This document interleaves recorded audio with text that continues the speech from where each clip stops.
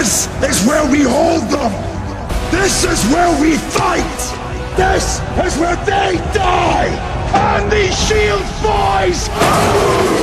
Remember this day, men, for it will be yours for all time. Spartans, lay down your weapons.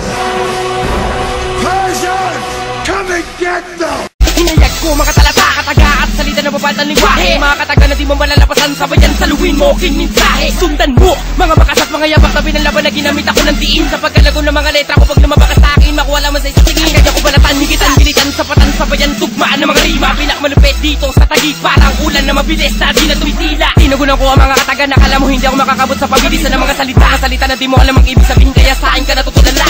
Pinaikot para manabela, saluhin mo aking mga bala. Kaya ko napabilisin ang mga salita ko, gamit ko aking mga letra. Di lang kayang patulinin, mga katagang nilalabag sa hangin. Kaya ko na sumabay sa mga batikan neto, kataga pinulubong-hangin.